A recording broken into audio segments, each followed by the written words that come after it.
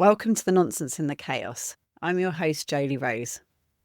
I have an incredible interview to share with you with the amazing Terri Windling, who is a dear friend of mine I met through my friend Howard, who has been on the podcast. So we did a couple of episodes with Howard because he had much to say about the archetype of the fool, which is the discipline that I'm trained in, and so is my passion as a shared passion with Howard. And he's walked the pilgrimages with me. And I met Terri, his wife, through walking with him. And she is an incredible being who I just, there are some people, and we talk about it, we touch on it, but how there are women that come into your life that are female stewards of mentorship and just support. So she calls me a soul sister, which is the biggest honor in the world because I love her soul. So I love that she sees me as a soul sister. It's an absolute compliment and honor to be seen that way. And that is what's so lovely when you meet a woman. I think it's probably the same for men, but it's something that I feel very strongly in my female experience of meeting women who build me up, who strengthen me and make me feel better. Especially I'm here on SARC and there's quite a lot of female misogyny here amongst the women, and there's a lot of tearing each other down here, and I'm okay with that because I have women like Terri in my life and other fabulous females that I know that make me feel safe and empowered and open and grow. And that's what every time I'm with Terri, I feel like I grow and I expand, and I hope that's what I do for her too. But I get so much from being around her that it means that if I can take the slings and arrows of other things in the world around me when I have that support from the female, like a rope. It's like a rope of female stewardship and mentorship and support. And there are women in my life that give me that. And it just means that I can take on anything. And it's absolute honor and joy to share this conversation with you. And I hope you get as much out of it as I did. So here is the wonderful Terri Windling.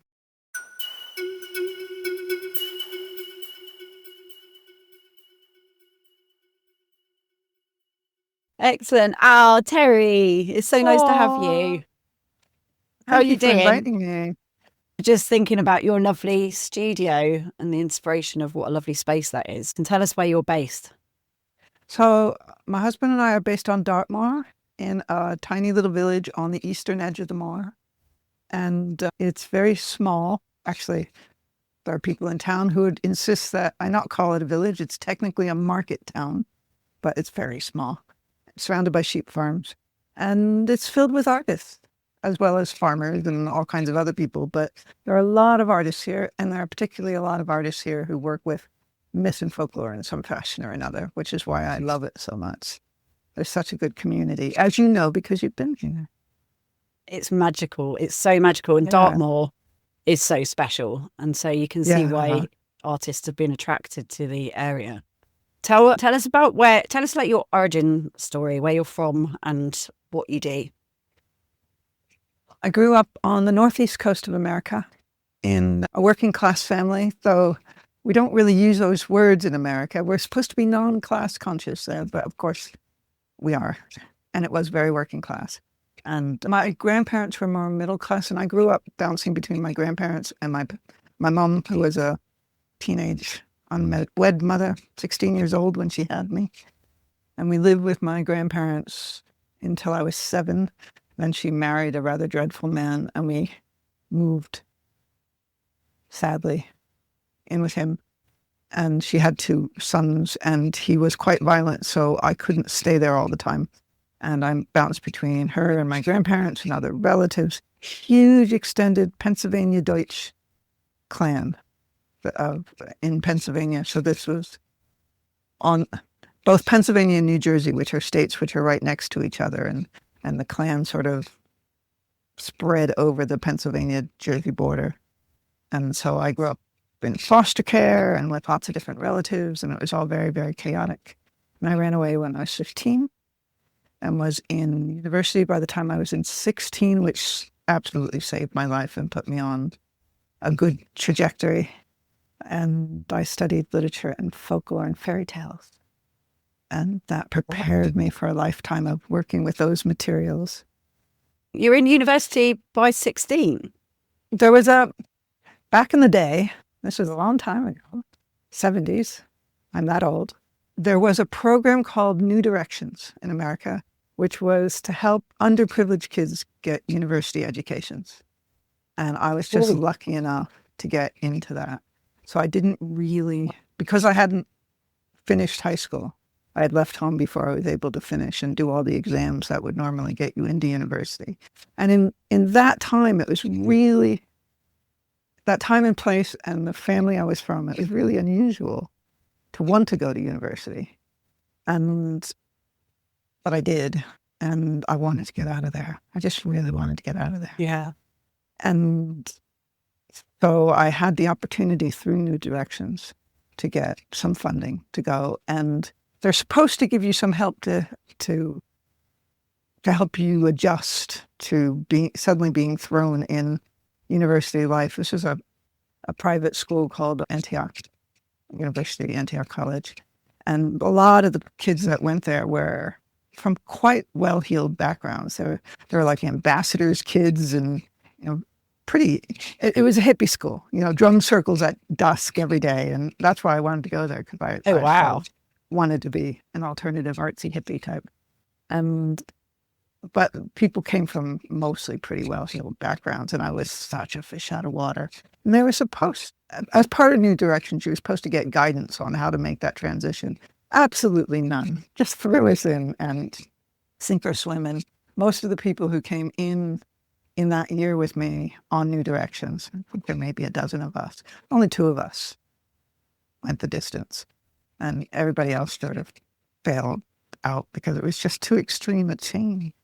It was a real fairy tale journey, like braving, leaving home was scary. Not knowing, because I didn't go directly to university. I was homeless for a little bit. And then it was a real fairy tale journey of, I'm going to save my life. I'm going to get out of here. I'm going to save my life.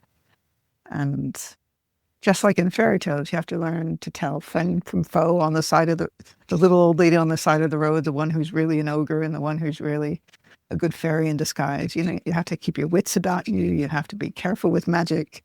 You have to do all those things.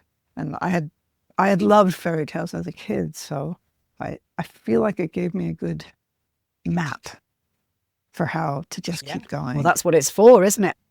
Yeah, it's exactly. literally the reason for it. Tell us about your writing career. Like how did that come about? Oh God, Josie, I hate to admit this because I was such a feminist, even as a young sprig of a girl. I followed my boyfriend to New York City because he had a job. Oh, wow. I didn't want to go to New York City. I followed my boyfriend, but thank God I did, because I'm not sure going to New York is near Pennsylvania and New Jersey. So going to New York for me was going back. Even though I hadn't lived in the city before, I didn't want to go back east. And I did because of this boyfriend. And I think if it hadn't been for him, I'm not sure I ever even would have thought of book publishing. But that was something he wanted to get into. And he thought he had a job lined up when we went. He didn't. Fell through. And he kind of didn't make it in the industry. But I took the lowest level job I could get and just worked hard and worked my way up really fast, and was also in the right place at the right time when Tolkien was on the bestsellers list, and all these science fiction lines had like little bits of fantasy, but not much. Fantasy was a teeny tiny field that was the bastard cousin of science fiction, and often in America was mostly published. The editors who were publishing those books mostly were science fiction editors who either didn't like fantasy or saw it as an extension of science fiction. So it had that kind of very logical approach to magic and myth, and that was not what I was looking for in mythic fiction. And so I was able, within God, my first year of being in New York, I was able to sort of talk my way into being able to acquire books and find the kind of fantasy I wanted to publish, and work with like a lot of young writers who are almost. I was young. I was 19, going on 20 when I got my first publishing job, and then running the line of fantasy books within a couple of years, and published my first book in, I think, when I was 22, 23, and it won an award, and I went on from there. So So cool. I was in the right place at the right time, because fantasy was just about to become a big genre. And it wouldn't happen today. It's so hard to break into these fields today as a writer, as an editor. Yeah. And then I'm so glad I was there then. And at a time when, as long as I had a little budget and, didn't spend too much on every book I acquired, it pretty much left me free to do what I wanted. And so I found a lot of writers and published books, and then the books did well, and it went on from there. And I got as much. Talk about some of the writers that you worked with. Worked with some amazing people, haven't you? Yeah, I've worked with most of the people in the fantasy field at one point or another, which isn't to say I published the first books of those people, but a number of people I've published their first story. I can list writers, but if you're not a fantasist, I'm not sure you'd know them. Neil Gaiman you've worked with, haven't you? And he's one of my heroes. Neil and I kind of grew up in publishing together, and I've known him for many, many years, and I've published a number of his short stories in my anthologies. And Charles DeLint and Megan Lindholm, who became better known as Robin Hobb, and just, all kinds of people. The Frauds. Yeah, which is how I got to Dartmoor. I met Alan Lee, who's the illustrator of Tolkien's books, among many other books he's illustrated. And he designed the Lord of the Rings films with Peter Jackson. And I met him in publishing circles in the 80s and started coming over to this little town I live in now to visit him and his wife, way back in the 80s, and thinking every time I came, God, I'd love to live here someday. And then I met Brian and Wendy Froud through them, who also live in the same little town. And then in 1990, I got cancer, had ovarian cancer. And as you do when you're not sure you're going to make it through something, you think, if I survive, what do I want to do differently? I thought, well, what I want to do differently is I want to fulfill this dream of living in a rural place. And I want that rural place to be this town on Dartmoor. I don't know how I'll do it, but I want to do it. And so I did survive. And I did it. Initially, I could only What an amazing place. I could only be here 6 months a year for visa reasons. And even that's changed. That would be really hard to do now. But then, as long as you didn't overstep 6 months by even a day, and as long as your money was coming from out of the country, I wasn't working at a job here, taking a job from somebody else. It was fine for me to do that. And I did that for 18 years. Initially thinking I would stay in, at the time I divided my time between New York and Boston, because I had a lot of artist friends in Boston. And I thought I would spend like the summer half of the year here and the winter half of the year in the city, in New York and Boston. And because I needed a place to recuperate after 3 cancer operations, a friend in the Arizona desert invited me out to this nice, warm place, hot as summer in the middle of winter, to recuperate.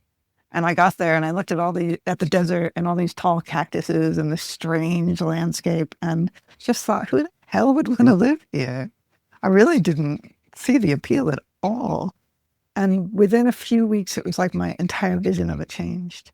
And by the end of that recuperative stay, I was house hunting and decided that would be my winter place, and this would be my summer place. And so I literally moved east and west at the same time, moved out of the city altogether. Yeah. And for 18 years, that's what I did. Wow. I had met Howard 2004. So that would have been 14 years I'd been doing it at that point. and we got together, and he was starting to come back and forth with me. But then all the visa rules changed, and it wasn't possible for me to keep doing this. And so, and I had a really scary time coming through customs through the immigration one time, where they basically said, "You've got to stop doing this. You're here too often, and we don't like the pattern." And they interrogated me for a really long time. And when I finally came out of immigration, Howard was like white at his sheet saying, "What happened? What happened?" And I told him what happened, and I said, "Okay, we'll let you go this time, but clean up your affairs here and don't keep coming back and forth like that unless you have a valid visa to be here, because everything's changed."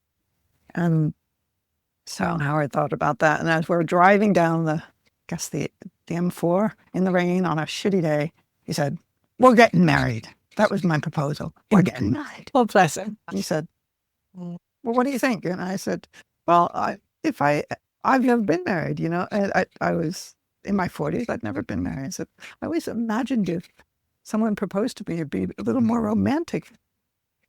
He said, "Don't be ridiculous. We're getting married." And so that's what we did. Oh, wonderful. But then we had I'm glad you did. Yeah, for both visa reasons and for things that happened in the family that I won't go into, his family, we needed to settle down. We couldn't keep going back and forth. And we settled down here, and I've been here since, that was 2008. I've been here full time ever since.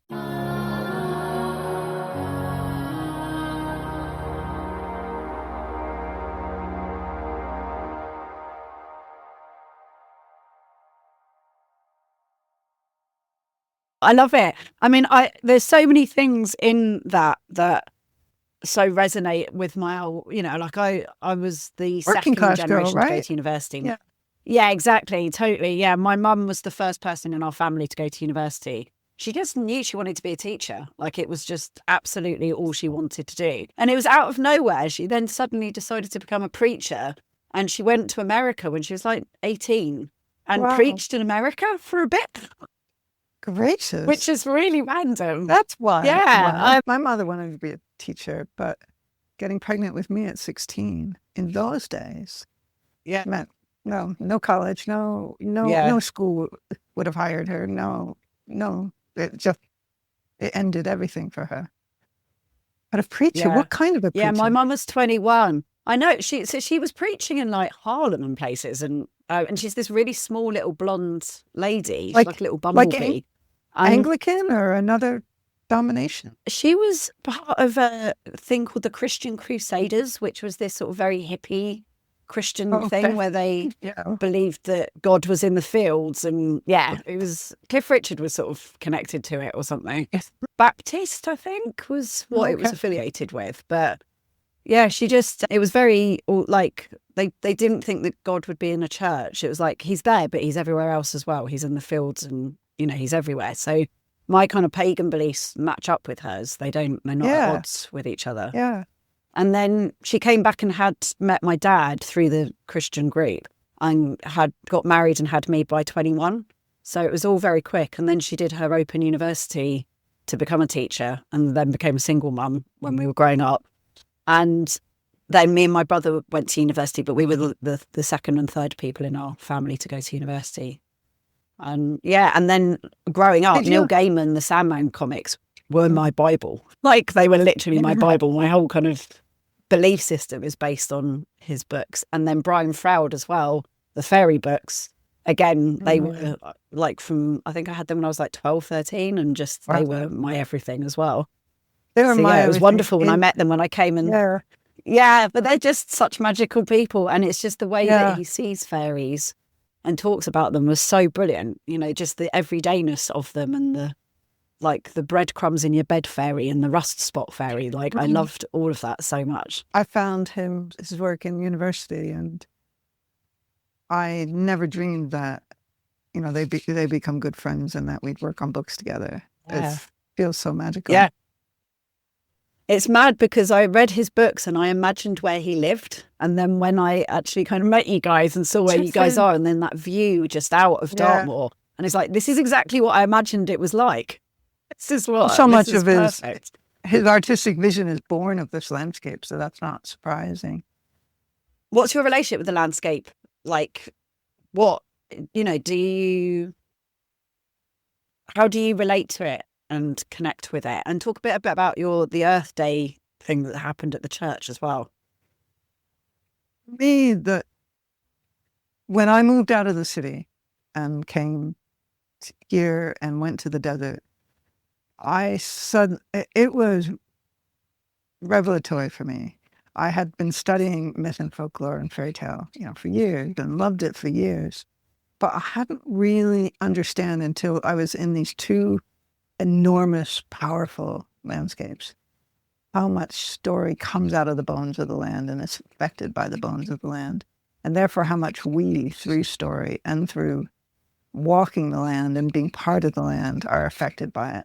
So I feel like the land is my teacher when it comes to making art, to understanding story. For me, everything comes back to the land. And I know there are other ways to approach myth and folklore. Not the only way. There's never just one way in. But it's my way, is to really be grounded in the place where I live, and to know about its stories, and to know about its weather, and to know about its creatures, and to have a relationship with all of that, which art comes out of and story comes out of. I can't. Yeah, absolutely. I still love cities, but I can't imagine being divorced from land now. I mean, you live in a powerful landscape too. That must have changed the way you approach your art, because every new absolutely. landscape will do that. Yeah.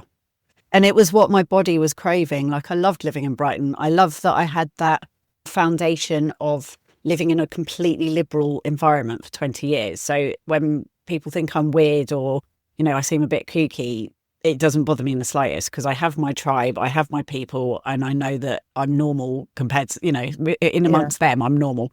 But I had to be in the land. Like, Brighton's got amazing land. Like, the downs are beautiful. And Albion in general, doing the pilgrimages and walking across England and the UK, I love it. I love that land so much. But I needed to be in nature, and I can't drive. And so to move somewhere where there aren't any cars, to just be completely immersed in this absolute community, because that's what I love about where you live. It is such a community, and it's so rare to find that. And I love that I'm absolutely fully in a community and surrounded by this beautiful landscape that I'm always finding out more stuff about it. And it's the history and just all the different ways that it's been used and working with it. I love it. It feels so, and it's different every year. The spiral nature of us going through this cyclical process, but it's never the same. Every winter's different. Yes. Every season is different. I love it. And walking the same path again and again and again, the way that deepens your understanding of the place you're at, the way that opens up new parts of yourself, as well as new visions of what the land is and can be, and sharing it, not just with the human community, but with a more than human community, the animals and the birds and the unseen things. And it is an extraordinary thing. I think we are very lucky and privileged to get to live these rural lives that a lot of people can't. Their lives are very connected to urban or suburban spaces and the work they do and the families they have. And I think as artists, being able to bring some of that magic through us into story, into theater, into folk arts, in a way that allows people to touch it who can't have it all the time. I feel so blessed to have it all the time, that I walk out the door every morning with my dog and I'm in this exquisite landscape. And it was the same in the desert, where I lived outside the city of Tucson, out in the desert, and would walk out the door and it'd be desert animals and mountains, and it was just such a privilege. And I want to express that through art, so that even if a story or a painting doesn't seem to be all about the land, it still is all about the land. The land is still a character. It's still informing everything that those characters go through. Yeah. Do you find that she loves getting involved. Yeah, totally. Yes. I mean, the thing that, in terms of what I sort of think of in terms of my geomancy, the way I would call myself a geomancer is through art and creativity, because as soon as you invite nature to play a part, she just gets involved. She loves it. Yeah. And so it began with doing Sisterhood, where we went and toured the play to all the places where Matthew Hopkins, the Witchfinder General, had tortured and executed witches in East Anglia, where I'm from. And we went around to all these places, and the first couple of nights there was thunder and lightning. And at one point I said, oh yeah, we're forgiving and forgetting Matthew Hopkins. And there was this massive crack of thunder. Everyone was just like, whoa. And then we had a ceremony, or we did the performance at the pub where he accused his neighbour of being a witch. And that's what began the whole witch trial. And it was on the full moon at Samhain. And we got there and it was all thick fog and it felt really eerie and just very oppressive. And then we did the performance and then we did a ceremony and we went outside and the sky cleared and the full moon came out and shone. And it shone down on the 3 trees that had been planted for the 3 women who'd been hung from him. And everything just felt like it cleared. And then the next day we turned up at the venue and there was a rainbow over the venue. And then for the rest of the tour, it was sunny. And that was when I clocked that if you allow nature to be part of it and acknowledge it, you know, I was telling that story as we were walking and doing the performances. It was like, oh, this has been happening. It added to it. And then when we started doing the pilgrimages, that was exactly what happened again. It was like rainbow after rainbow, like at your house, twice in a row, 2 days in a row. There was a rainbow for like 2 or 3 hours just in the same spot hanging in the air, which I've never known happen ever. So, yeah, she loves it. She loves getting involved and it adds to the story. I was just going to say the story of us coming to you and getting the mummers playing happening as well. Yeah. And that connection to the community, because that just feels really special that it's sort of kickstarted this folk tradition in your community, which feels amazing. Can't believe you're going to have 3 hobby horses. That's outrageous. We've been doing some, folk ritual here for a while, and we already had the abios that Howard, my husband, for those who don't know, Howard's my husband. He's the reason I know Jolie, people, is because Howard walked with Jolie on the COP26 pilgrimage, and they've been friends ever since. And it was sort of through fooling, although I didn't know him. Yeah. I didn't know, I wasn't in the same cohort as him with the fooling, but that's how we were connected. That's how he knew about the pilgrimage. Yeah. So, and then through that, I got to know Jolie during the mumming pilgrimages because you were through Chagford both times. But I heard a lot about you before I actually met you. So Howard, like Jolie, is in theater and does a lot of fooling and clowning and all that stuff, good stuff. And where we connect is our love of everything he does comes in one way or another out of the folk tradition, whether it's commedia dell'arte or clowning, or it's all grounded in these old folk traditions. And everything I do is grounded in old folk and myth traditions.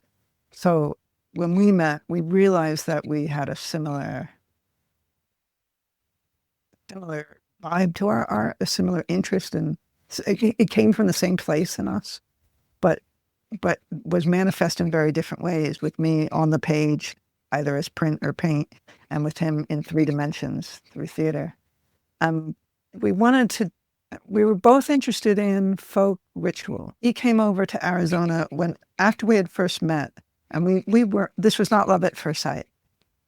We met and we were just like, we liked each other. We were friends. We had a lot in common. We had, we talked a lot about trickster and clown and masks and all this stuff.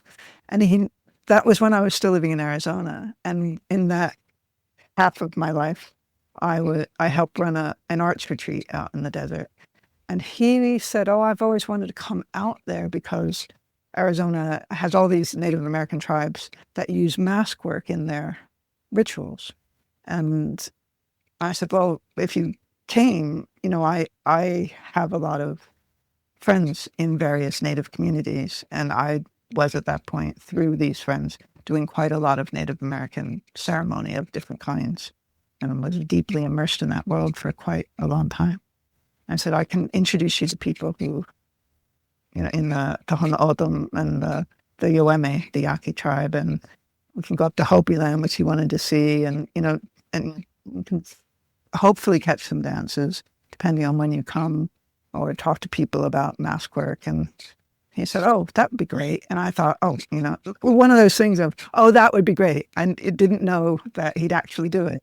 But he immediately turned around and wrote an Arts Council grant and got it to travel over. So we went all the way up to Hopi Land. Arizona is a big state. It's like 18 hours, to drive from one point to the next. But we drove up to Hopi Land. I took him out to various ceremonies and things. I took, over the times that he came to Arizona, I took him to a Sundance, to peyote meetings, Native American church, to the Yoemi Yaqui deer dances at Easter time, and all these different things. And it was an interesting experience going with him, because I kept saying, I know you have a lot of questions about the sacred practices about how they use their mask, but you have to be careful about how you as a white person, a stranger, ask these, because a lot of these are sacred, serious, secret things. And so just be very, gentle and humble and respectful, and don't necessarily feel like people are just going to spill the beans on everything you want to know, because it doesn't work that way. You have to build relationships. So we go around to all these different places, and I was totally wrong. Everybody was like falling over themselves to talk about these deep, secret, sacred traditions with him, because he was a fellow mask dancer. I realized what was going on was it was an exchange. They wanted to know how he did it, what he did, what his thoughts were. And it was an exchange, and it was really quite marvelous. It's really quite marvelous. So during during his first trip to the desert is when we suddenly realized this was not just a friendship. And so he was coming back and forth. And in those, going to all those ceremonies and dances and talking to mass workers and all these different things, we were talking about how could we do this in our town on Dartmoor? There's not an unbroken tradition here, but there were folk arts. We know what some of the traditions were. We could recreate it. How could we do it? We certainly have a pagan-friendly community here of people who would be interested, and artists who could create the costumes. But how could we do it? And one of the things Howard was most interested in was how the masked figures, whether it's the Hakola clowns of the Yaqui or the masked dancers of the Hopi, how they would come out of, like a kiva, or for the Yaqui, they'd be out in the desert for weeks doing things you never see and then they bring it into the public plaza. How do you do that in modern life on Dartmoor? So we got involved with Andy Letcher, who's had been doing a lot of folk music and folk drama. Sadly, we've lost him and his wonderful wife, Nomi, to the other side of the moor. But they helped get our first May Day together. And Nomi made the hobby house costume that Howard dances. And Andy is a pipe player, and we got a group of people together to start this May Day Beltane tradition of abias and music and ceremony, and which has been going for many years now. So that existed before the mumming. But so we had the abia, and it was coming out once a year for that. But then Howard met you. And he loved that. That first pilgrimage was amazing for him, going up to COP 26. But the mumming pilgrimage that he did next with you was life-changing. Because mumming, he was saying, because he does commedia dell'arte, that kind of mass theater, he was saying it was like getting to the roots of what was before commedia in this more rough and ready. It's the English version. It's the English version, and it's the rude mechanicals of Shakespeare. It's the, that wonderful, it's the rude mechanicals. And he just, he flipped for it. He just loved it, loved it, loved it. And when he came back, he said, I really want to do mumming. So I've been involved since COP. While he was on pilgrimage with you, walking from London to Glasgow for COP, we had a little group here, started by my friend Todd, he decided that for COP, we should do something in our local church. We had our vicar at the time, Reverend Paul, incredibly pagan friendly, bless his little heart. And he too wanted to do something for COP, and also something that would not just be for the Christian community, but would bring our large, I'm saying pagan for the lack of a better word. It's not like an organized, for those who aren't familiar with pagan ways of doing things. This isn't an organized religion here. There's people with lots of different beliefs that are alternative to Christianity or sometimes blended with Christianity. But there was a real divide between that kind of part of the community and then the Anglican part. And years I've been here, barely ever been in the church, even though it's medieval and beautiful. Just, I'm not a Christian. I didn't think of it as a place that I would go. But Reverend Paul and Todd decided that for 2 weeks over the stretch of COP, there would be something happening in the church that would be artful or a lecture or, lots of different things, music and puppetry and relating to the environment. And there would be every single day over that 2 weeks, there'd be something interesting going on. And Todd roped me into it. And I really loved it. And it was odd. Here I am in the church helping put things on. It felt very odd at first. The church, I thought of it as a place where, they burned witches. I did not think of it as a friendly place for me.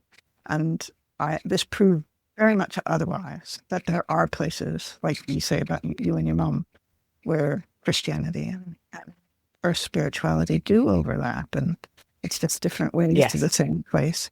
So, and I think a lot of us on this side of the community discovered that through those working on that project for 2 weeks. And it was such a beautiful, beautiful thing. And that at the end of it, and we got kids from the community involved and the old people, and it was just such a cross section of the Buddhists in the community, and everybody from the atheists, everybody was involved. It's such a beautiful, beautiful thing. We didn't want it to stop, so we decided to start doing it monthly from there on in. Mm-hmm. And that's what we've been doing ever since, except for a couple of months in the summer where we take a break each year. And it's always an hour long, and it's always related to nature, and it brings people of all backgrounds and all faiths and no faith together to celebrate this gorgeous landscape we live in, this powerful landscape, and to talk about ways to heal it and save it and love it, and through music, through art, through talks, through everything. And so when you guys were coming through as mummers, it seemed natural to have you stop and do your mummer show as one of our Celebrate the Earth events. And our Beltane, May Day Beltane event was sort of taken over by Celebrating the Earth.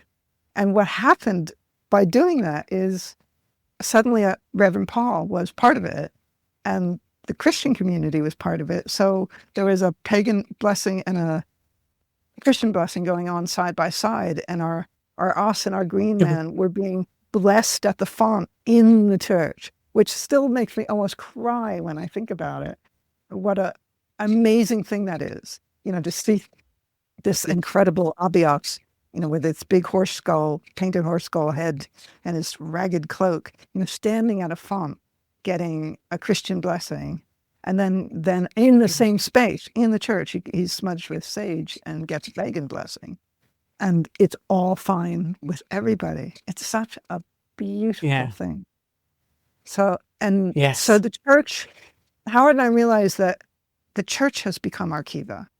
So when we do Beltane, for example, the abios and the green man dress in the church, and they do it ceremonially and gets blessed and smudged, and it's all in the quiet of the church with just a few people there, a few drummers, a few smudgers. And then a larger group of drummers stands outside the church door, like it's the entrance to a kiva, and drums them out.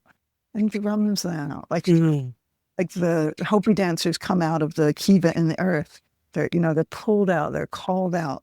We called ours out of a church, of a medieval church. It's the most extraordinary thing. It's so magical. And the fact that it's a Michael church on the Michael and Mary energy lines. Yeah. So, Yeah. That's the reason why we came to you and walk that route and stop Yeah. there, is because it's literally on the line.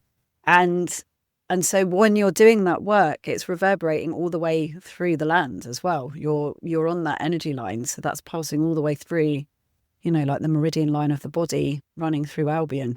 So it's perfect that that's what's happening. It feels very right that that's where it ended up happening, because of course it did. This is where the magic's going to flow. It's so wonderful. I love it so much. And our mummers group now that Howard's part of, and you met the other mummers. I mean, they're going strong. We're doing a winter solstice celebrating the Earth event on Tuesday, and so we had 3 different asas. Oh, wow. We're going to come and run down and dance in the aisles as part of that, and then they're doing the basic mummers pub crawl right after Christmas. So, but that is your child, that group. They would not exist. It was, I was, when I first worked at the Tudor reenactment, when this all came to me, I was 11 and I was working in the dairy, and I would watch the mummers rehearse and practice. And there was this amazing woman who had this cloak called Penny. She reminds me, you remind me of Penny. She had a long plait. She had long hair and a long plait, and this fabulous multicolored cloak. And I just was like, I want to be like Penny when I grow up. Like, she's just everything. And I would watch them perform the plays, and I just dreamt of doing what they were doing. And then when I was 13, I was allowed to be a mummer, and Penny had stopped working there at that point. And I think I was about 14 or something when I was sent to go and get the basket of mummer's props from the attic. And I pulled the basket, and as I pulled it, this pile of dirty rags on the floor moved, and I saw this chink of colour. And I straight away recognised that it was Penny's multicoloured cloak. And I picked it up, and it was all rotten, and it all fell apart in my hands. And I took it home and I hand washed it, and I sewed it all back together again. And now I wear Penny's cloak. And and when I told this story at Kentwell in recent years, some of the 18, 19-year-olds there, they were like, you know that you're our Penny, don't you? Oh my God, that's the best compliment anyone's ever given me. It's just like, that's amazing. Yeah, it's such a... And we had a cart, so we pretended that we were travelling from village to village performing our plays, and we'd sleep underneath the cart and we'd perform our plays on top of the cart. And my 20s was spent sleeping underneath this cart. Yeah, it was wonderful. Mm. And so all I've been trying to do really is to turn my life as much as possible into being a mummer all the time, and for that to be my actual life. And living on Sark and doing the pilgrimages is pretty much achieving that. I think Howard had a taste of that touring with Commedia dell'arte, where a small group of players that he worked with for many years, touring all across Europe every year, putting on this old form of mass theatre. And mumming has brought him back. He misses those days, even while he's kind of aged out of it now. He says it's a young man's game to be putting up playboards every day and working that hard. No, it definitely is. But mumming brings him back to that. He's really loving it. And I get such a thrill as a folklorist. I get such a thrill watching it. I love seeing folklore come to life. I particularly love it when there's anything animal involved. Animal heads and that just I have a deep love of animal transformation folklore. And to see it enacted in these theatrical ways makes me so excited. Absolutely. I do not act myself. That's not my thing. But I love being around it. I love helping to facilitate it. Yeah. And how magical for it to all blend. One of the best moments of my life is doing the mummers play at the church, at St. Michael's Church, and Alan Lee and Brian Froud getting up to be horses in the play. I was just like, what? This is amazing. Literal magic. We should pull some cards.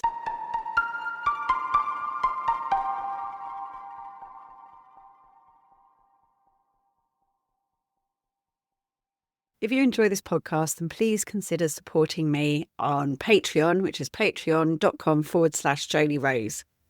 I'm heading towards digital detox. So this is the penultimate podcast. I will do one more next week, and then we'll be having a break so I can go inwards January and February and properly mulch and compost what happened during the pilgrimage, and to write a new book, and to just give myself that space to stop and to be in nature and to walk and rest and take the time that is needed to fully incorporate and assimilate and integrate this year before being ready to start a new one. And I invite you to join me if you would like to be part of that process. There's Creation Hibernation, where there's a group of us that meet online every week and we write together. Some weeks we just meet up and write, and then alternating weeks we'll do some workshops, we'll do some different writing exercises. But it just means that we keep the writing process going and support each other in that journey. Then it will be the Ostara immersion, which will be when I'm coming back out of this process and back into the world. And that will be the 20th to the 23rd of March. And if you book that now, then you get 10% off the whatever it is you put in. So if you're paying the deposit now, you get 10% off the deposit. If you're able to pay in full, then you get 10% off of the full amount. So do come and enjoy that. That would be wonderful. And also still doing tarot readings for the new year. So if you want to do a bit of a check-in before the year gets going, then I'm doing by donation tarot readings. That will probably be till just a week or so into January. And then that'll probably be the end of that process. So if you want to come and get a reading, then you can get that as a gift as well for someone else. And I can give you a voucher. But that's by donation. So you just let me know what you want to pay, and then we'll do a reading either online or in person if you happen to be living in the Channel Islands. And that's everything for the moment. I've got the moon ceremonies, which will carry on even during the digital detox. So yeah, lots of things to connect with and do, but I'm looking forward to having that downtime and for us to chill out and immerse ourselves in the yumminess of the dark winter months. So connect with me if you'd like to. And if not, then I will see you again in the new year. But next week is the last podcast. So back to the show.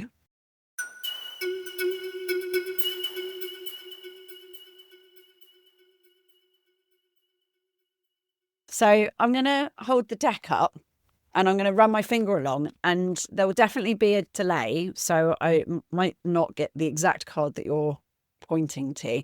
But if you just say stop, and wherever we're at is where I'll get the card. I assume you'll get the right one. It will be the right one, definitely. So I'll move my finger along, you say stop.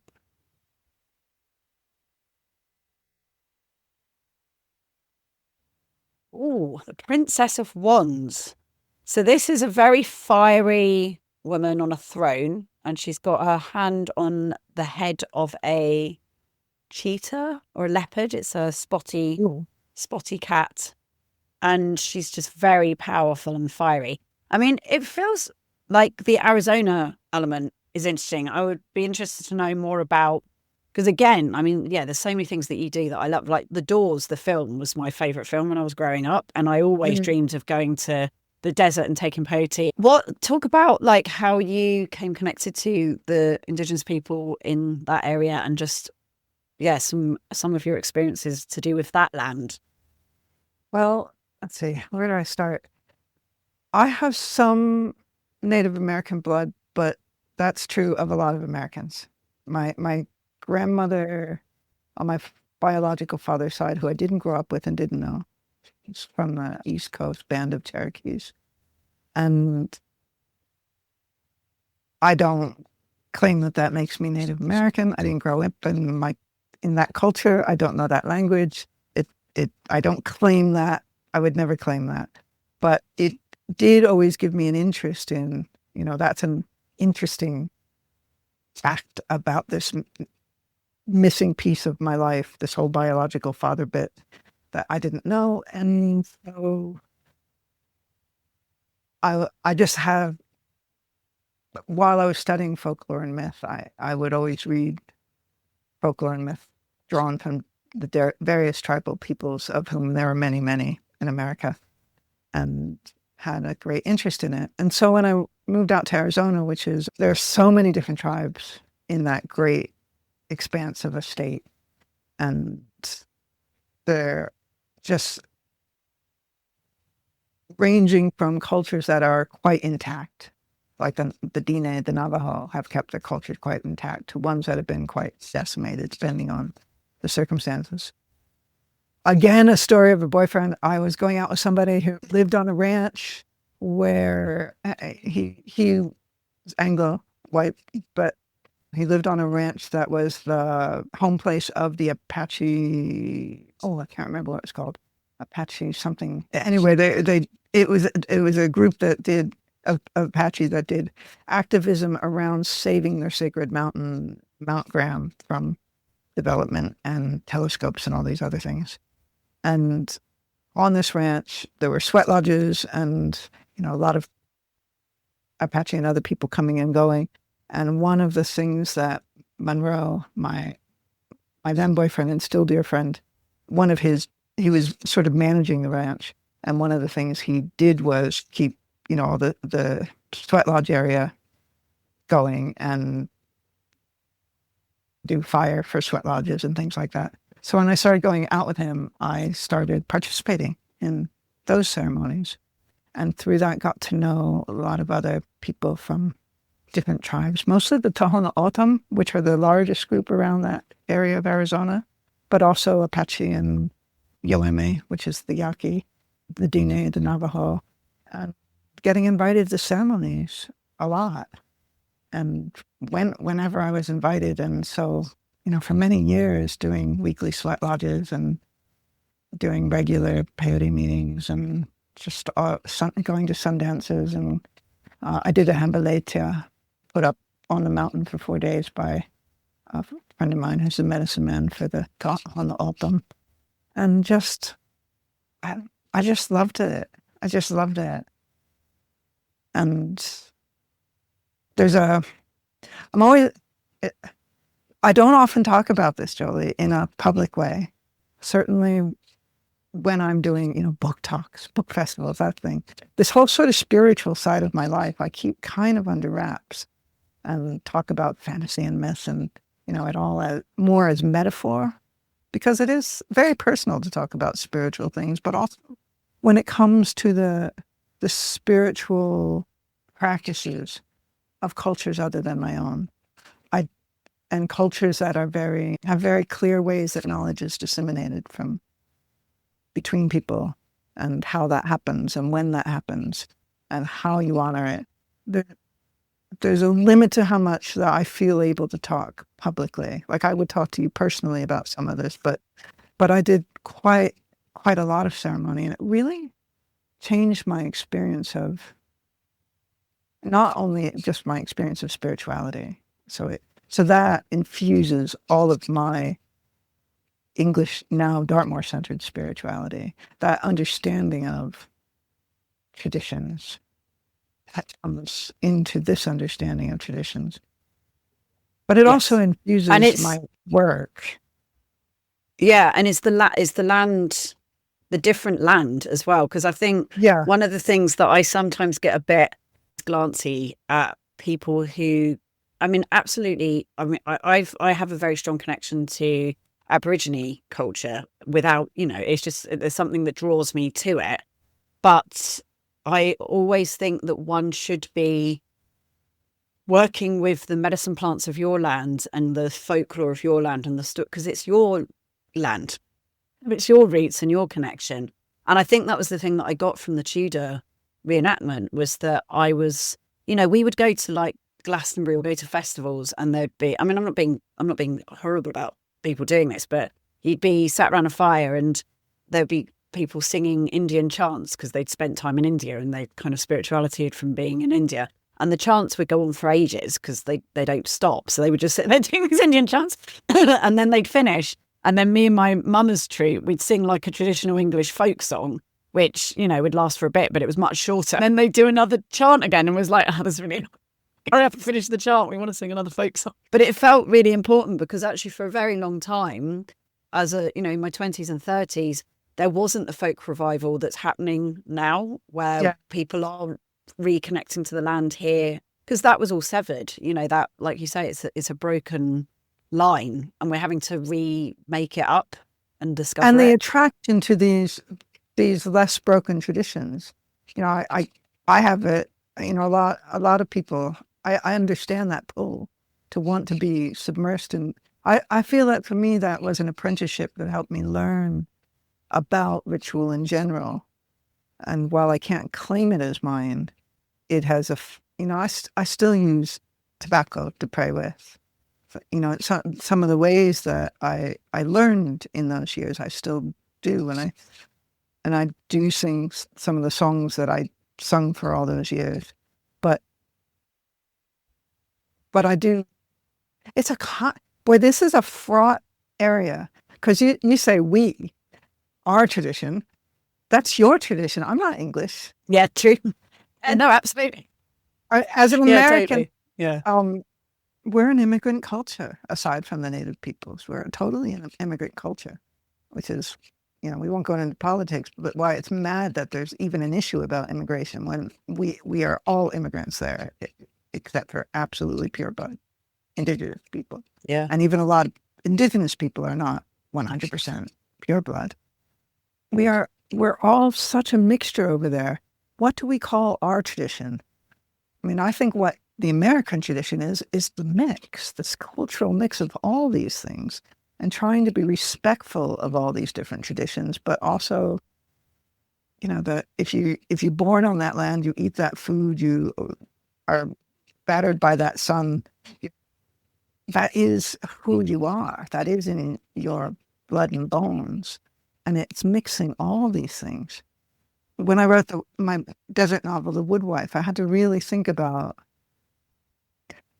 how to create a magic world for that novel set in the contemporary Arizona desert that reflected some of the things I feel about all the native ceremonies and experiences I've had without talking directly about those cultures and those traditions. And, fantasy allows you to do that. You can kind of create something that is mythically true without actually being factually true. But even though I was creating like magical creatures that were born out of the desert landscape, and my experience of the desert landscape as a child of many generations of immigrants, primarily, with this, one native thread.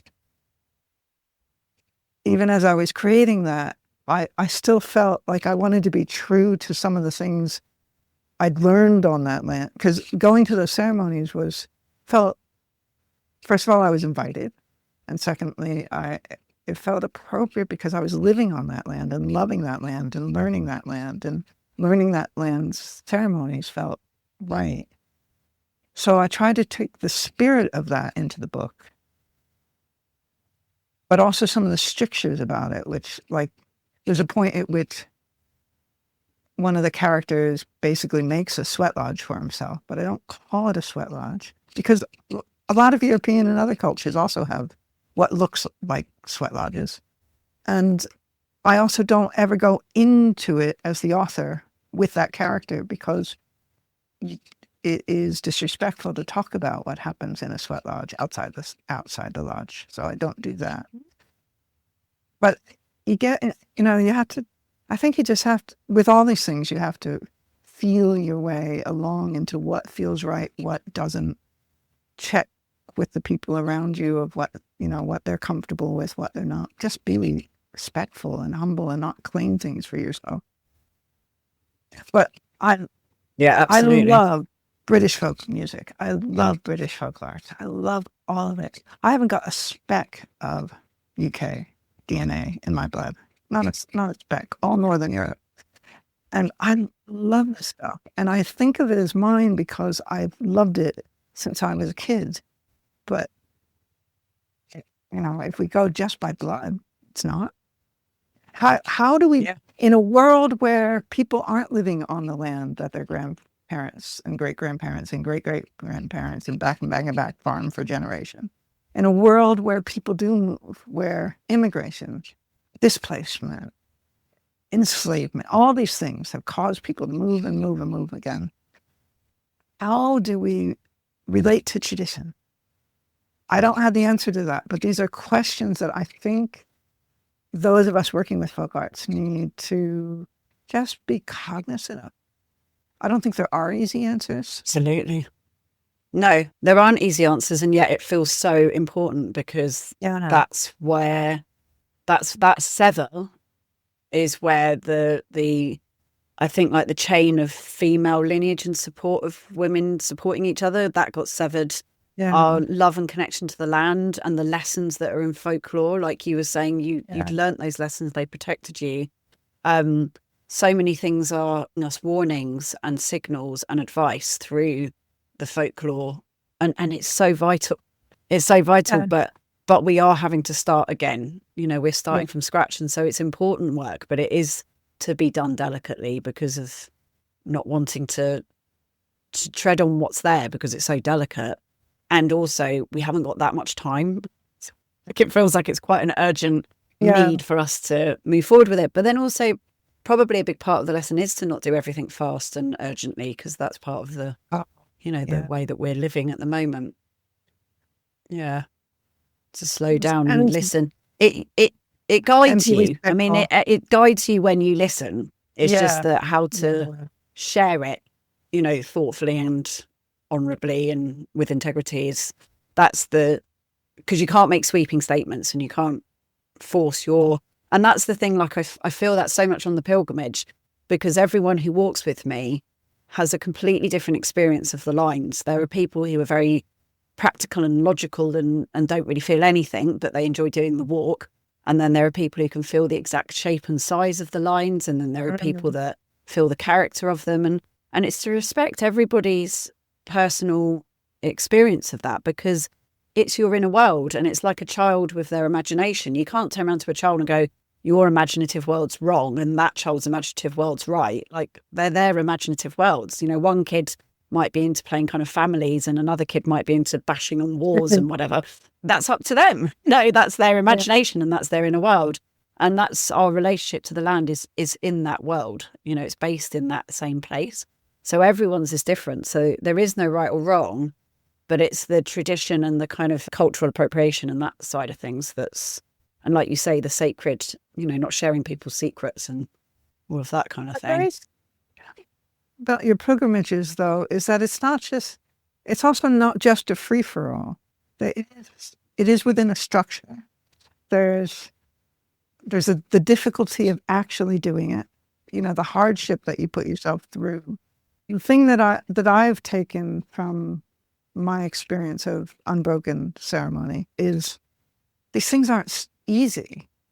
There are certain, and I hate to use the word rules, but there are certain ways that things are done that are hard.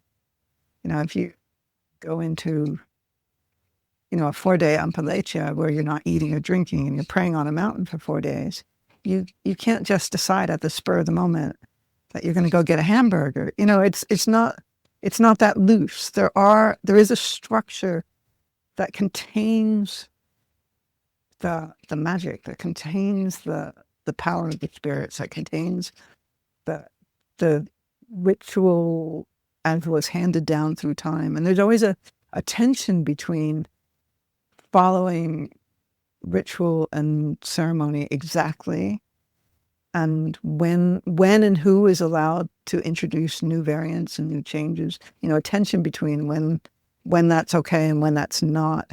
And it's sometimes when I've seen those kinds of ceremonies replicated in entirely white, non-indigenous ways, that lack of structure and that lack of respect for how it's been handed down, and that you don't just change things just because you feel like it that day. Yeah. It becomes a different thing. It still probably has some value, but it doesn't contain the power that comes from these because I mean, one of the things that, and I've experienced this myself, is if someone's not respecting the holding that you're doing, or the way that, like with the pilgrimage, it's a bit like, again, with a child playing. If a child's playing a game and another child just comes in and starts doing something else with it, you dispel that dream, that imagining that you're holding, that you're creating. So you're no longer creating it together. It's being dispelled by someone creating something else and doing something else. Because that power, that imaginative power builds and builds and builds and builds. Yeah. And it's like someone drifts through and kicks it aside. It's like, oh, well, it's all gone. Yeah, totally. And you see how the reason why that's so important and so powerful is that that is how the world is created. That's what we're doing. We're all agreeing on a reality that we're all part of, and everyone's chucking their mix in, like that. It's amazing that we vaguely have a reality that one can call. See, because everyone's just on their own little, game that they're playing, and everyone's doing their own thing. And I think it's amazing that we even vaguely cobble something together that we can say is a shared reality. But there's something so precious about choosing to do something together, where you're working as a group with an intention, and you're supporting each other, and you're holding that dream together. And when you do it, it's beautiful. It's so powerful. That's what's to it. Yeah. Within that structure, all sorts of things can go on, but the structure holds it. Everything's going to go on. Structure is not a bad it's respecting thing. it. And my friend, the medicine man who put me on the mountain, there's someone asking him, could I just do this for 2 days, because that's all I can get off work? And he said, well, you could, but get to the spirit world. I said, well, why not? I said, it takes 4 days to get to the spirit. Just matter of factly, it takes 4 days. Yeah. Well, you could. Absolutely. I'm the same with the pilgrimages. It's like you can drop in and just do a week or two, but you won't have the experience of doing the full walk, because it's doing the journey, and it's the whole journey, and the hard go through something if you do it. Yeah. Exactly. One of the things that seemed to always be true, no matter what the ceremony I was participating over there, is that you go into a peyote meeting, you go into the lodge, you're going in for other people. I mean, you get a blessing too, but you're taking your family in, you're taking your tribe in, you're praying for them, you're crying for a vision for them. It's not therapy. It's not about yourself. You leave yourself at the door. Yes, exactly. And I see that in your pilgrimage, that yes, you get all kinds of things yourself by doing it, but you're not doing it for yourself. You're doing it for peace, for unity, you're doing it for the world, for the tribe, for the land, I love that about what you do. Thank you. And it's a very, I don't even know what the word is. It's not as inspiring as it is inspiring, but it always blows me away seeing how, because again, it's other people's imagination, it's other people's creative inner world, what it does to them and where it takes them. Because you're just doing, you're stinky, you stink and you're dirty, and you're like, I've just done a poo in a bush. And then to someone who you just meet moments later, you've it's like the archetypal power of what you're doing. They're the one who are doing the 50% or the 80%. You're doing nothing. You're literally just there, and they're doing their percentage, where for whatever reason it means something to them, and that you're just holding that space. You're just holding that archetype, and they're making the music out of it. You're just the archetype, but being an archetype, that's a huge thing. Oh yeah, I mean, not just. Yeah, that is it. You're the archetype of the pilgrim, and the pilgrim, there's an element of that's the confessional, like people feeling that they can confess and share their stuff with you, which is a real honor to hold and to be opened up to. And then also the fool. And the fool is the stepping off the cliff into the unknown and just trusting that you're going to be okay. And sometimes you're sleeping in a bush, and sometimes you're sleeping in a palace. And and everything's your favorite thing. You know, the bush is just as much fun as the palace. You know, it's nice to be in a palace, but you don't want to be in a palace every day. Sometimes you want to be in a bush. And that side of it is wonderful as well. Right, I'll hold up the cards.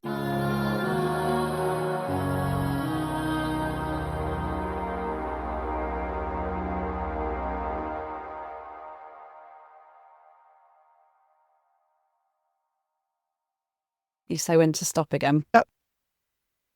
So this is the swords at peace. What does that mean to you? Well, I immediately think of your pilgrimage for peace, of course. It was so lovely staying with you. Thank you so much for letting us stay with you. Oh, that was such a pleasure for us. We really loved it. I think for me, it also means calm. There's a wonderful quote from the American writer Saul Bellow. Wait a minute, I have it here. This is what it means for me. Where's my glasses? It is. I feel that art has something to do with the achievement of stillness in the midst of chaos. A stillness which characterizes prayer, too, and the eye of the storm. I think that art has something to do with an arrest of attention in the midst of distraction. That's what peace means to me, finding that quiet, still place in the midst of the storm, particularly these days when the world seems to be going mad. I mean, we say that a lot in every decade, but I've never seen it as bad as it is now. And finding that stillness in the midst of all the distractions around us, to breathe, to be in family, to be in community, to tell stories, to make art. That's the challenge of every day. That's what peace means to me. Making that peace. Italo Calvino, came out of the war, World War II. He has a line in something or other, I can't remember where it's from. I think of it so often these days, where he said, in the midst of Inferno, find what is not Inferno and go there. And I just think about that, about what for me is not Inferno. We are in the midst of Inferno, whether it's politics, whether it's climate change, whether it's the madness of the internet and AI and its hold on everybody's attention, whether it's bigotry, all these things. We are in the midst of Inferno. So what is not Inferno that I can keep going and standing there so that I can breathe, so I can be, so that I can stand on this land and stand in this community and stand in my family? What is that place of peace? Is it, and it's everywhere. It's in a book that you read and love. It's in a good conversation with a friend. It's in the quiet of a walk with your dog. There's so many places that are not Inferno. And if we turn our attention to them and go there, that's peace. I love that. There was only 2 moments really on the whole pilgrimage for peace where I actually felt peace, which was really funny. The peace within your mind, like having that peace in your mind, and like meditation, like you might sit there looking like you're this serene being, but actually you're having a great big battle in your head of trying not to think. And there was a moment where I was waiting for holding a ceremony online. I was doing one of my moon ceremonies, and it wasn't until 9 o'clock, and everyone had gone to bed at 7. And I had to just sit there in the dark for 2 hours, and I couldn't look at my phone because I didn't want to run the battery out. So I had to literally just sit there on my own in the dark for 2 hours, and we were up on the Ridgeway. And I hadn't done that for, ever, possibly, to just sit there just silently for 2 hours. And I kind of meditated for some of it. And I had to keep making hot water bottles to keep warm. But I just also was looking down at a town glittering below us and just thinking how down there it was full of noise and full of chaos and full of fear of World War III happening. And, all of the stuff that's going on in the world was all going on down there. And up where we were, there was just silence. And I was like, we're surrounded by peace. It's absolutely everywhere. It's just not where we are. And one of the things that I've got from living here on Sark and from not having that city urban existence is to keep trying to get more from less. And it's something I see in you and I see in your beautiful studio and the life that you're living with Howard. It's that getting more from less feels like such a joy, you know, because we're so used to consume, extreme, make it more and more crazy and extreme and bigger. And yeah, to just suddenly be like, actually, no. I don't think it's healthy. I don't think it's healthy. No. I don't think you can do that long term without burning out. One more card.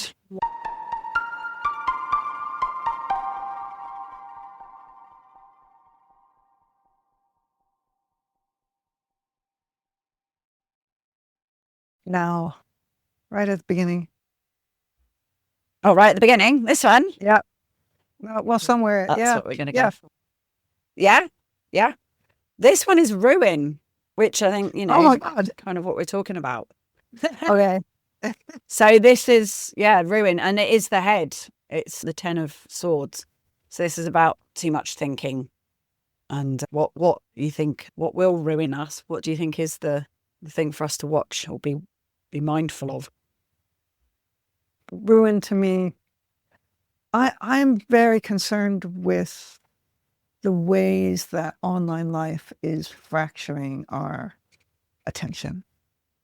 You know, because I work in books and story, and I love literature, and I know that it's historically it's just a blip in time that we've even had a large reading public. But I do love literature, and I do love the thoughtfulness that it creates in us to read things on a page at leisure, you know, slowly and accrue meaning over time rather than having things pumped at us, flashing. And I'm really concerned about these next generations coming up whose attention is being so fractured by the internet and by, I don't think the internet is a bad thing. You know, I've used it for many years. My blog is down at the moment, but it'll be back up again. And I love having that platform to be able to talk about books and art and nature. But I'm worried about the fact that this very powerful, ubiquitous technology is in the hands of some, you know, a small number of very powerful men with very bad ethics, and who monetize it by finding ways to make us all more and more addicted to it. And in a fashion that is not healthy, is not good for society, it's not good for our brain. So I have the luxury of going out in the morning and walking in nature and having time to get my eyes away from a screen, and I read a lot. And I grew up in the 20th century, primarily. I was born in the middle of the century, and a lot of my working life in publishing was pre-computer. So I'm naturally at home in Kairos time, in a slower world and a slower way of being in the world. And maybe maybe we're transitioning as a society into something that is just alien to me and it'll be fine. But I am a little concerned about what this is doing to our brains and our ability to have deep thought, our ability to have deep attention. The ruin to me, that's what it speaks to, is that concern of going out the door and watching people like this on their phones, not looking around them, not speaking to people around them, not connecting to people around them, going to a cafe and seeing 3 people sitting at a table looking at their phones instead of talking to each other. I worry about the fact that there's so many people who find it hard to read a novel or follow a film that isn't fashion fast, like projecting things at them, because that's a very passive way to take in culture. You're just having it beamed at you. It must be fast, rather than engaging with the text and using your imagination with the text and letting it unfold over Kairos time. I'm worried about this a lot. Yeah. I've watched, I know, I know, I have so many writer friends who are saying they are having trouble reading. It's like, oh my God, if those of us doing this for a living are finding fractured attention being a thing because of scrolling the net, what is it doing for people who don't have a commitment to words on a page? And I know that I privilege words on the page because I love it, but it's more about the quality of attention and how that's going to get worse with AI. And I'm really concerned about this. I don't know how, as an artist, to address it other than to keep talking passionately about nature and art, slow nature, slow life. To just have, when my blog is up again, to let that be a place on the internet that you can come for long reads that read slowly. And all I can do is be myself and hope that for somebody, I'm one of the not Inferno that they step into once in a while. Provide that for other people.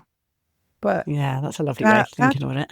I love that. That's what ruin means to me. I feel like that some things I really love, like the beauty of the storytelling human brain and the beauty of our society, is being endangered by technologies that are not being regulated and are not in good and ethical hands.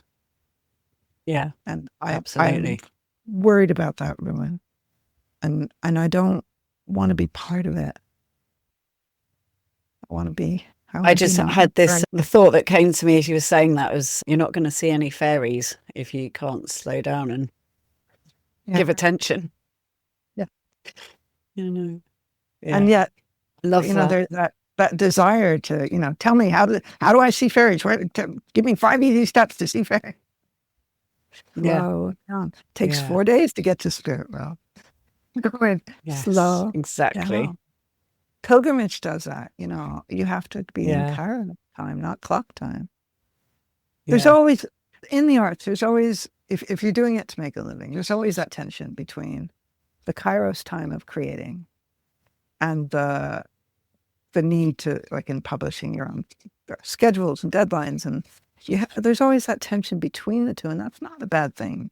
That's where Trickster lives. That's where the spark comes from, when two opposites come together.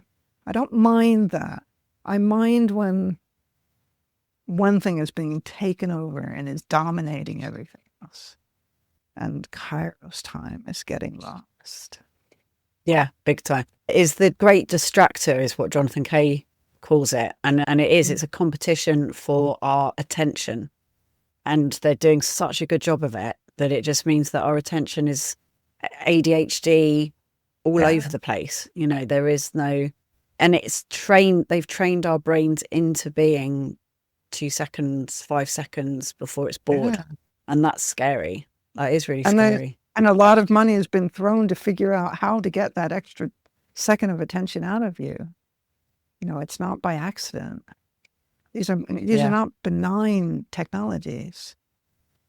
It's up to us to take them over and to use them in better ways.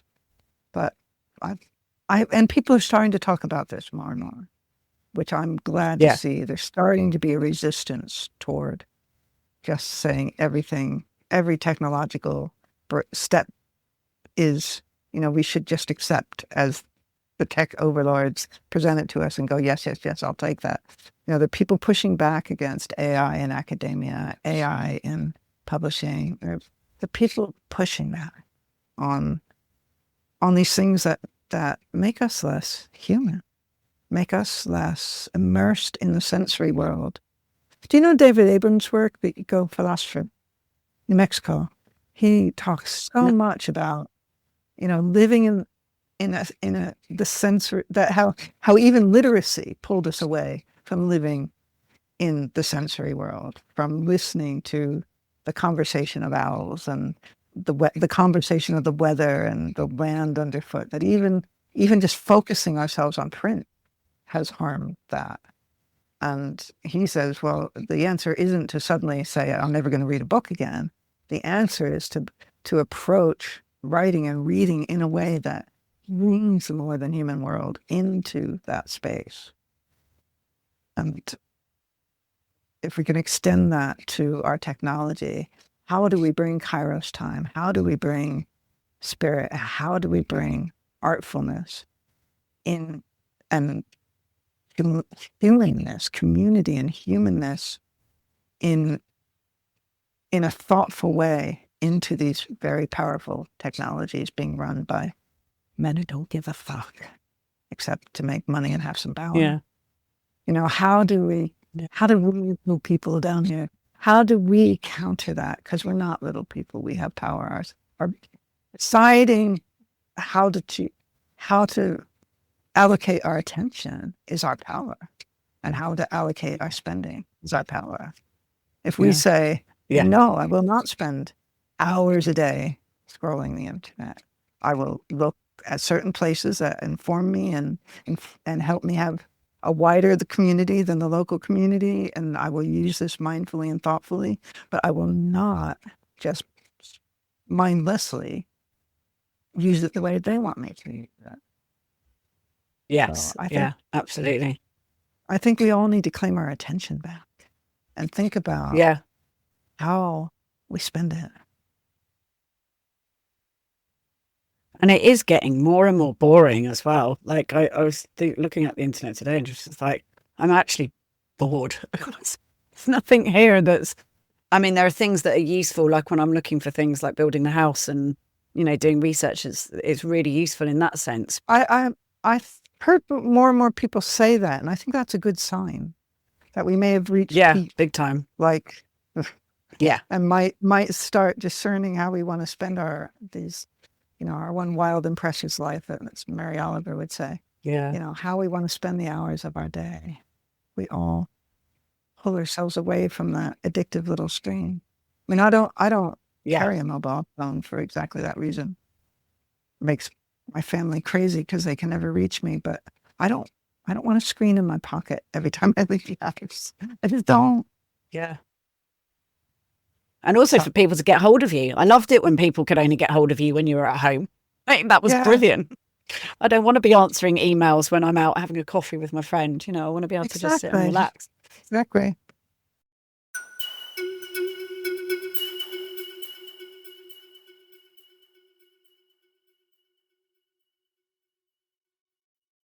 What would your Chaos Crusade be? My Chaos Crusade relates to this, which is finding spaces for Kairos time in daily life.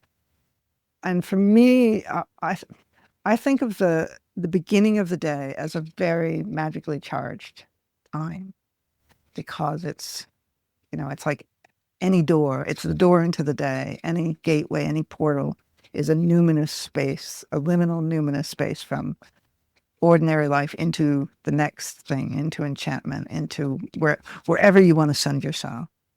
And for me, it's really important when I get up in the morning.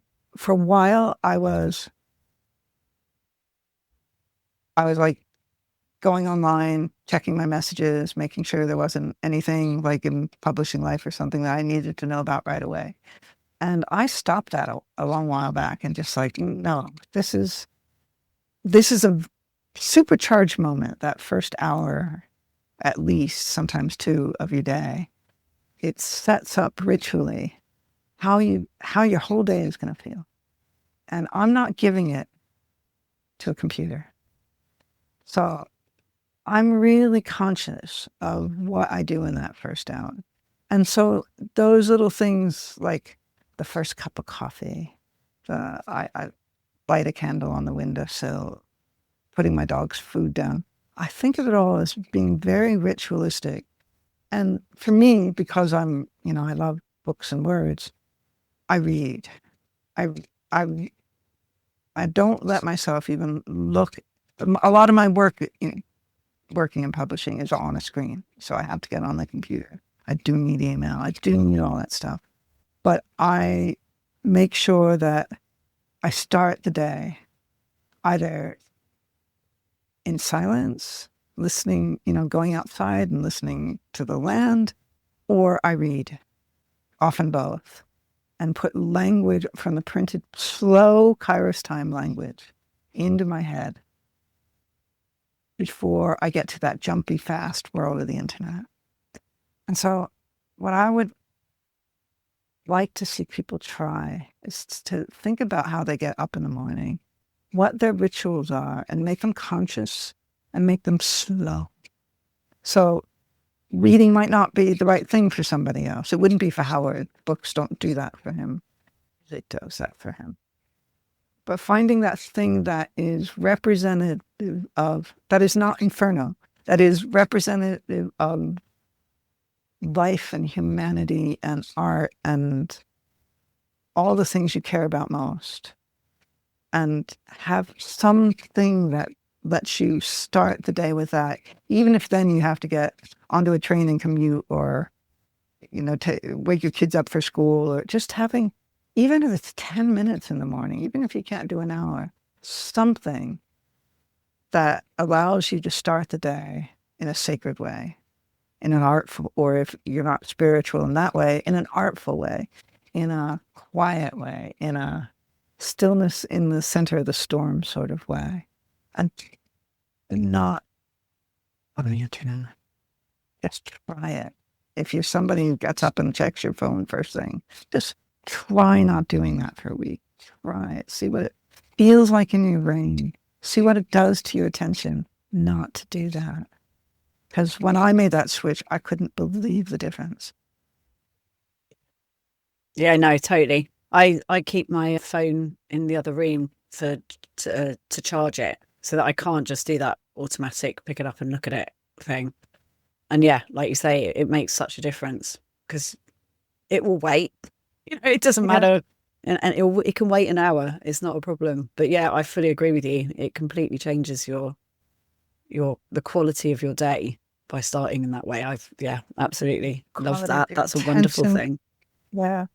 Just slowing down. I mean, you're such a proponent, Jolie, of Kairos time, and that, that slow time, which we had so much of in the 20th century. And I'm not glamorizing, 20th century life, because we also had a lot more sexism and other shit to deal with. But that aspect of it, things were slower.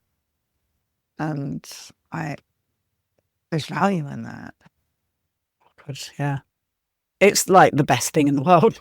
It's your favourite thing in the world.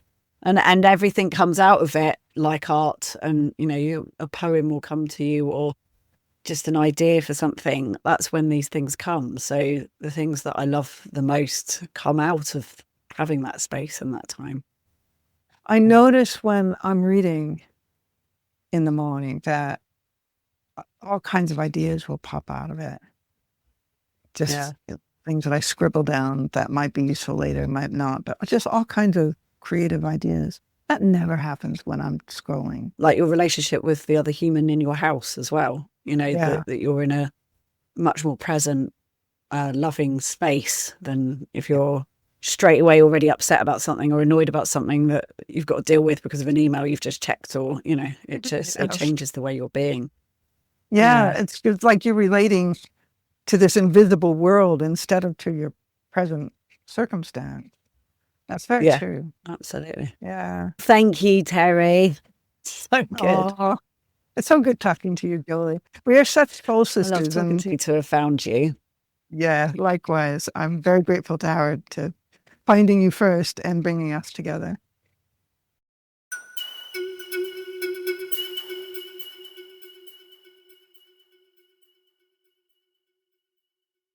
Isn't Terri wonderful? I absolutely adored that conversation. And I'm glad that you got to hear it. It was long, but I was thinking as it was happening, I was like, this is Kairos time. This is us taking time and enjoying sharing in each other's knowledge and wisdom, and having that space to it doesn't have to be fast. So yes, this was a lovely, leisurely, slow conversation, a long conversation. And that is one of the joys of podcasting. It's a long form medium. Yeah, it's not radio. It's not quick, fast paced. It has that space to be able to take time, and you can listen to it in chunks and you don't have to do it all in one hit. So yeah, I'm really enjoyed that, and I'm going to enjoy listening back to it. And I'm glad to have that space and connection with Terri. Every time I know that we're going to be seeing each other, it's a joy. I have a ring that she gave me that I always wear, and I have my wedding ring and my engagement ring. And then on my other finger, on my other hand, I have a ring that has labradorite on it, which is a very intuitive third eye opening stone. And that one is my marriage to my inner world, to my twin and my imagination. So that reminds me that I'm married to the inner world. And then the ring that Terri gave me, which was forged by a Viking called Jason, who lives in her community and who I've met and is a lovely man. He made this ring and gave it to Terri, and then Terri gifted it to me, which I was very honoured to have received. And I wear that as my marriage to the land and to Mother Nature. So they're my special rings. Terri's my special friend. And that was a special conversation that I'm very happy to be sharing with you. And yeah, that made my day. So I hope you enjoyed it. And I'll see you next week for the final show of this season 2 of The Nonsense and the Chaos. And then we can quietly go into little hibernation mode. So thank you for being here. Love you all. And I'll see you the anon.